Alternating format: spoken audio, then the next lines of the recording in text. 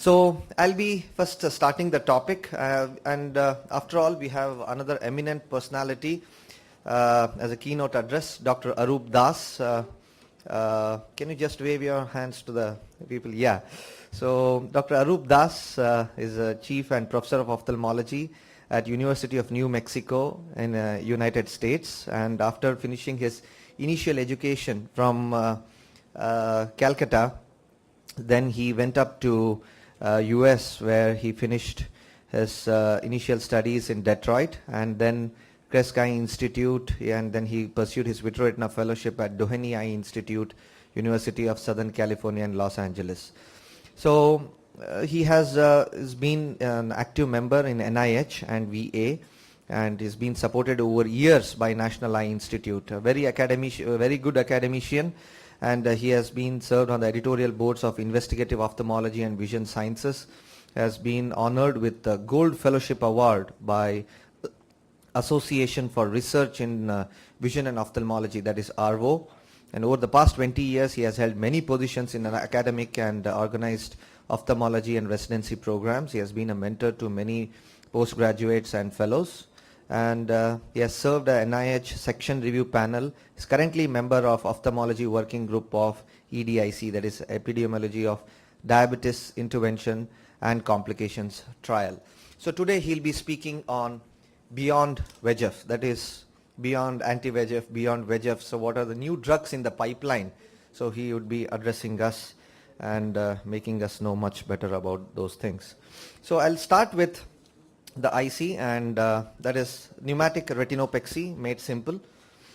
So many might be wondering as to why we need to do pneumatic retinopexy, but pneumatic retinopexy was started long back in 1911 by Ohm. But retinal detachment progresses to blindness if untreated.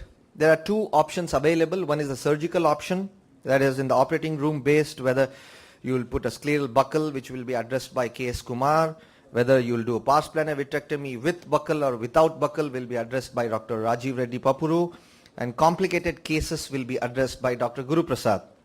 And I'll be talking on the office-based procedure, which is quicker, less cost. I won't go into much detail, but know the history. 1911, Ohm started this, later on modified by Rosengreen, and then it was by Hilton who modified the Rosengreen's technique to describe about pneumatic retinopexy. So just touch a brief about the basic properties of the gases. The surface tension is caused by the attraction between the intermolecular forces, caused by the attraction between the by various intermolecular forces. In bulk of the liquid, each molecule, these intermolecular forces try to keep the central part in. The basic thing is about the surface tension. So because of this interface, the gas has the highest interface tension of any vitreous replacement, nearly around 70 dynes per centimeter.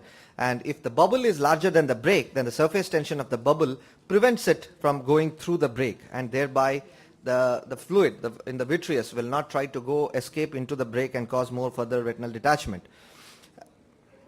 The buoyancy is another basic property of the gas. It's the bubble of 1 centimeter in height produces a buoyant force of 1 gram per centimeter square, which is as equal as 10 times that of the silicon oil. So the gas exerts a higher buoyancy, a higher force for the retinal reattachment, and is dependent on the height of the gas bubble, and is maximal at the apex and minimal at the meniscus.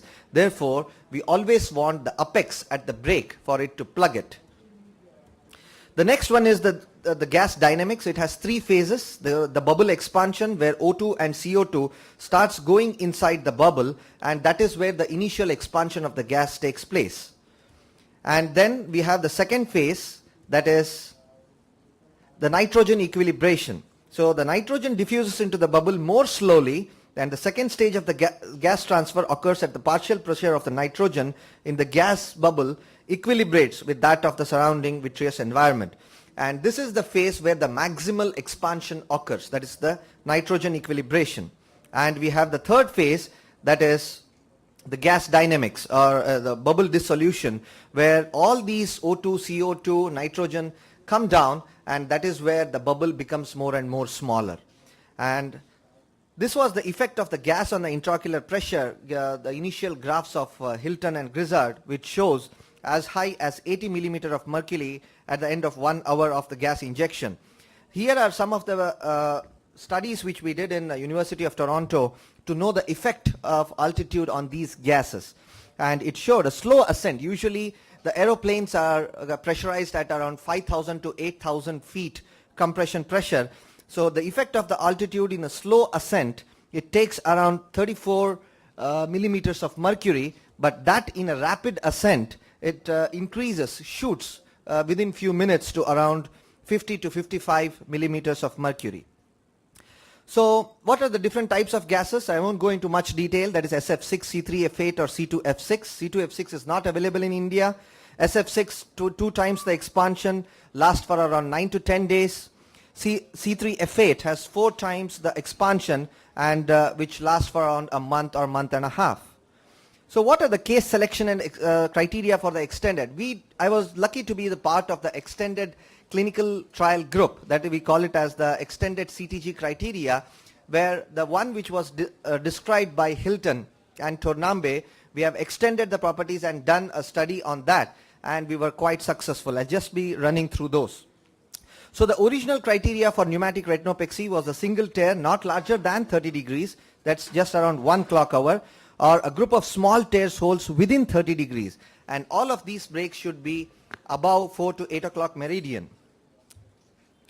Extended criteria has a large inclusions than the original PR criteria, that is big breaks more than 1 clock hour, multiple breaks more than 1 clock hour, retinal breaks, macular hole, PVR more than C1, retinal dialysis, giant retinal tears. I'll show this just in a few pictures. That is the multiple breaks spanning greater than 30 degrees. In these patients, we need to alternate the head positions every 4 to 5 hours. And additional retinal breaks in the attached retina should be treated before doing the pneumatic retinopexy, otherwise the fluid might pass through this and cause the detachment in the other area as well.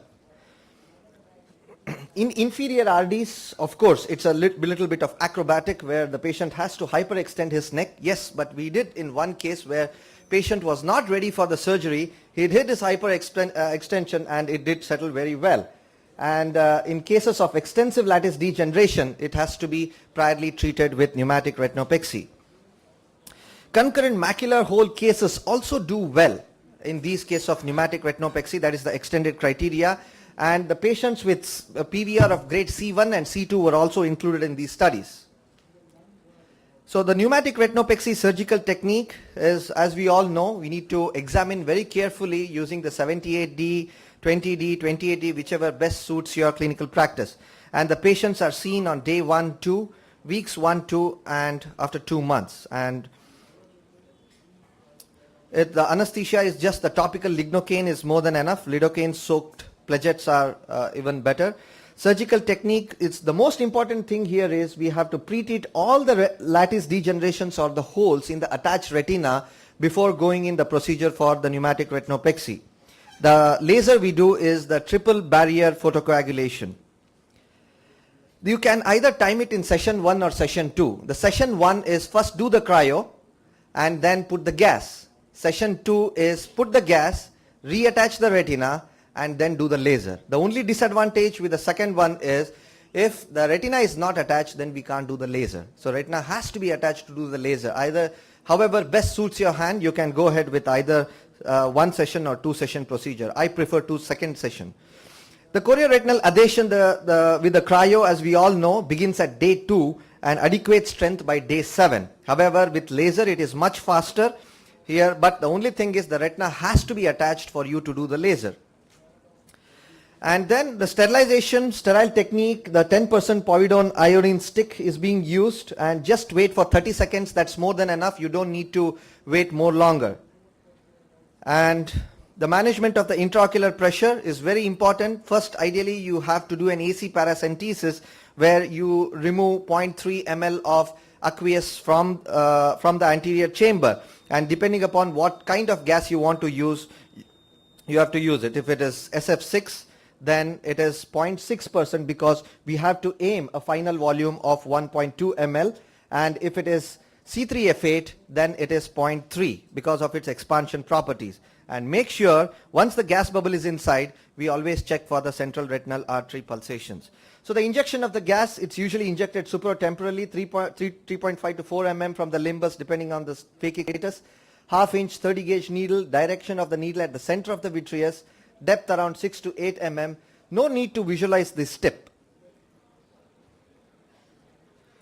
Assessing the intraocular pressure, as I said, is very important, and if you feel that it is pulsatile, then you have to do some more decompression. The steam rolling maneuver is very, very important. So as soon as you inject the gas, ask the patient to push head down, because in macula on detachments, if it's a superior detachment, then the gas presses upside. Then there might be a creation of iatrogenic macular detachment. So we don't want that.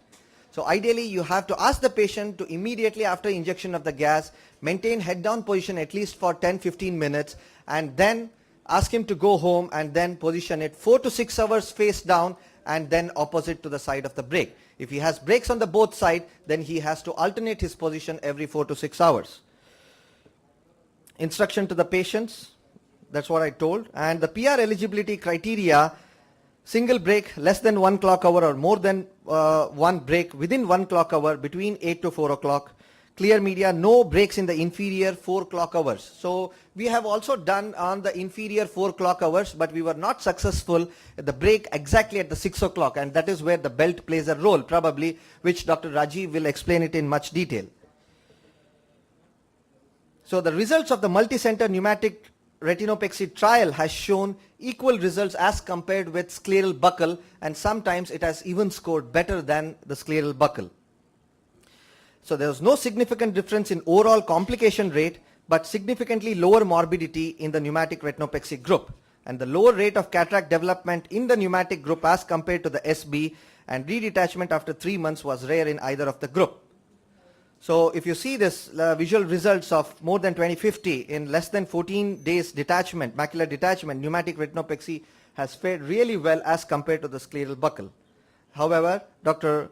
K.S. Kumar will be explaining that in detail about the buccal aspects. So this was the criteria where we did a comparative study of CTG versus extended, and we found that they were having equally good results and the difference was not statistically significant. And this was in the phakic, where extended criteria showed 100% success rate as compared to the original CTG criteria in the macula of more than 20/50. And in case of pseudophakics, so that did show a good improvement, but only in the next slide is the 6-month overall macula off group. There was a little bit of difference in the successful PR, where CTG showed a little bit higher as compared to the extended. So what might be the predictors of the failure? The pseudophakic, small tears and missed breaks. Although we have emerged to a stage of femtocataract and everything, and the best of the lens, trifocal or any pentafocal, whatever lenses, but there is a thin rim of capsular opacification happening in many of these patients, and that makes a hazard because sometimes the break might be missed because of that capsular opacification. Larger breaks, it's difficult to cover. There are chances that the subretinal gas might go inside through the break, and the PVR definitely of more than C or D because of excessive traction, it becomes a failure. So conclusion of this extended criteria, it applies 25% more to phakic and 38% more to pseudophakic than what was claimed by Hilton and Grizzard. 100% of both the groups had anatomical reattachment. So the complication, as I told, the missed breaks, and the another most important complication occurring very commonly is the fish eggs. So the subretinal gas usually, it's very unusual, but if it goes inside, then there is technique to tease it out. That is, the subretinal gas can often be teased out with a patient in the supine position and scleral depression, and vitrectomy might be necessary sometimes.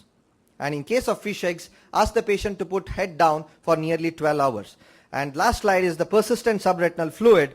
In case of persistent subretinal fluid, we have to make sure whether there are any breaks in that area where there is subretinal fluid. If there is a breaks, that says that it's a failure of this case. If there are no breaks, then it's not a failure, because in some patients it takes around 10 to 26 months for the subretinal fluid to get reabsorbed. So we have to be very patient and examine carefully in these patients.